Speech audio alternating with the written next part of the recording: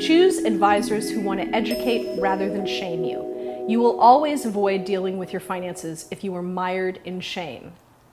I was just having this discussion with a client of mine who's a trust attorney who said she sees all of the time, women who are either divorced or who have lost their husband and are widowed, these advisors who really kind of give them the little pat on the hand or the pat on the head and say, "Don't you worry, I'll take care of you."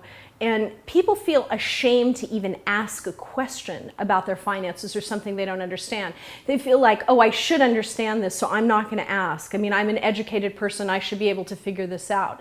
And one of the things that I really want to challenge you to do is anytime you're feeling that shame around money, no matter what it is, and you feel like, oh, I don't even want to ask the question, really challenge yourself to ask the question, because it's really keeping you from understanding money. It's really allowing you to defer that to someone else. And it really compromises your financial freedom. It really keeps you from fully realizing your potential and the possibilities.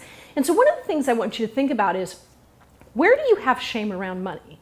And for some people, they're ashamed because they spend too much. Some people are ashamed because they don't understand enough about finance. I will be very, very frank and share my own experience. I'm somebody who feels like I should know more about investing.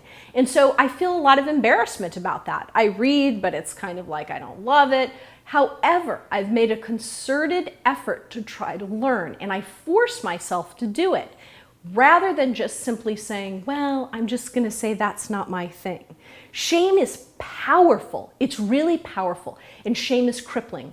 Shame keeps people from doing what they truly love. Shame keeps people from fully expressing who they are. But when it comes to money, shame really holds you back. You think, who am I to ask this question? Who am I to ask for this sort of money? That's another place that it kind of arises in negotiation for salary. People feel shame about it, like, oh, I don't know that I'm worthy enough. And they feel all this embarrassment around it. Depending on your culture and your family and how you grew up, you might have all kinds of shame around money for various reasons. So I really want you to challenge that shame and look it in the eye and figure out where those places are that you're harboring some not so good feelings. And I want you to take those feelings on and start to rewrite them and challenge that. Ask those really uncomfortable questions. Say, hey, listen, I know maybe I should know this, but I don't, so I need your help. Go after this in a different way and become empowered. Go and get educated and stop being ashamed, because I promise you, you can do this.